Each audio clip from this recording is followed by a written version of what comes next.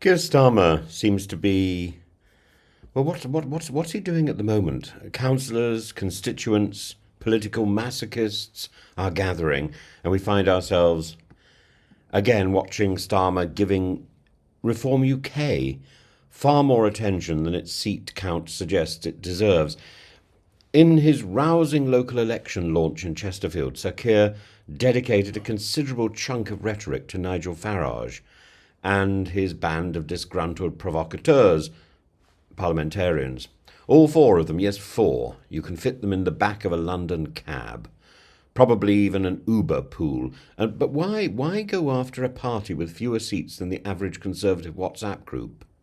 First, this isn't about parliamentary arithmetic, it's about optics and insurgency. Reform UK polling is very good. It's going alarmingly well, not in Westminster, but in the country.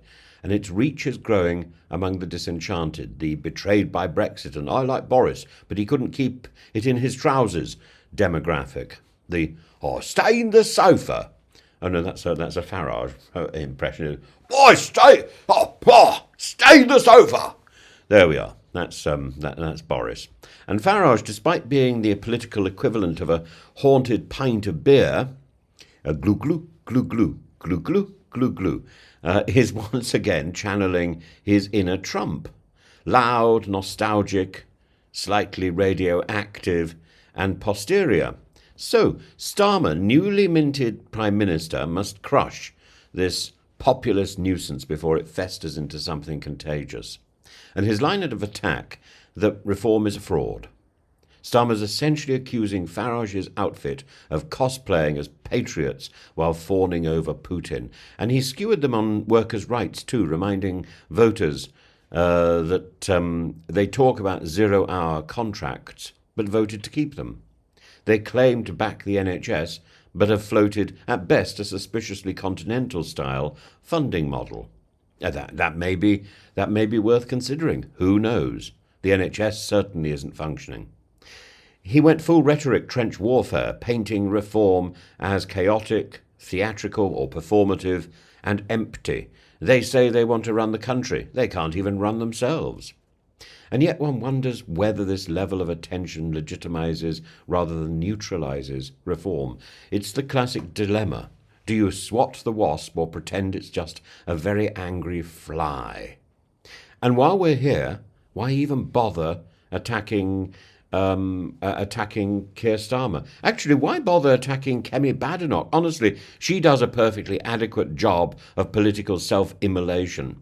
Every time she opens her mouth, she alienates someone: civil servants, parents, schools, even fellow Conservatives. She's what one might call an electoral liability on her own.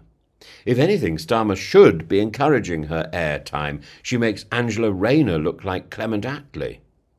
But back to the main event, Starmer's decision to go hard on reform suggests he sees the true electoral threat not from the old enemy, the Tories, but from the new right-wing insurgents. And reform isn't just targeting blue seats anymore. They've got red in their sights as well. Traditional Labour heartlands are susceptible to Farage's nostalgia, his dog whistle patriotism, his NHS-themed mischief. And it's a clever bit of triangulation by Starmer. He gets to look like a grown-up, talking about workers' rights, while reminding voters that reform is a Frankenstein's monster of bad ideas and worse economics. But there's a risk. Every time the Prime Minister attacks Farage, he amplifies him. And the Farage machine thrives on outrage and victimhood. You call him as Putin's stooge, and he responds by claiming Churchillian martyrdom and books another 10 minutes on GB News. And we've all seen this playbook before, with Trump, with Johnson, with every populist who weaponized media oxygen. And by turning reform into the bogeyman, Starmer risks giving them legitimacy that they've not yet earned. It's also a distraction from Labour's vulnerabilities, namely welfare cuts, the two-child cap, and the NHS still teetering on the brink. So Starmer is right to be wary. Reform may only have 4 MPs, but they have a cultural footprint far larger than their parliamentary presence. They're not a joke. They are a warning.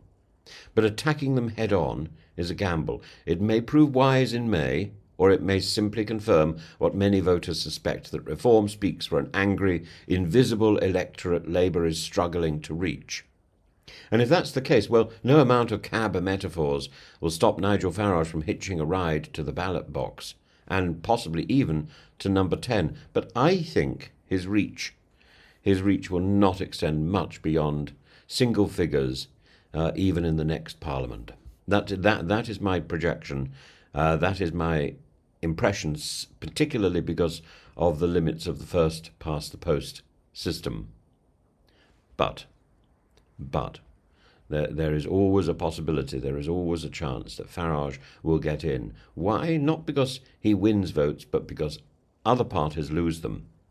And when looking at Keir Starmer's Labour Party and feeling dismay, when looking at the Badenoch Conservatives and feeling dismay, there is a tendency in the media to think, well, who on earth do we vote for? And the vote goes to reform. But there is an alternative. There's two alternatives.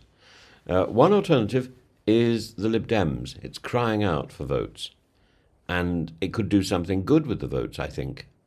The Lib Dems is worthwhile. I wish they'd replace Ed Davey, but even with Ed Davey at the helm, clowning around in boats and trying very hard to not to remind us of his role in the Horizon scandal, even with Ed Davey at the helm, the Lib Dems are worth considering. And then there's also Rejoin. Rejoin is a tiny party that believes that the future of the UK is back in the EU. And it's only a matter of time before the UK catches up on that idea. And there aren't enough candidates yet to make Rejoin a serious party, a serious national party, but they did quite well in the last election, and they have at least made their mark. So those are the two alternatives to Farage's party. And all these parties beginning with R, I can hardly remember what they're called. What is Farage's party called? Reform UK. There we are. It's almost forgettable. You just think Farage and flatulence, and everything begins with an F. But actually, his party begins with an R, and it's not Rejoin, sadly.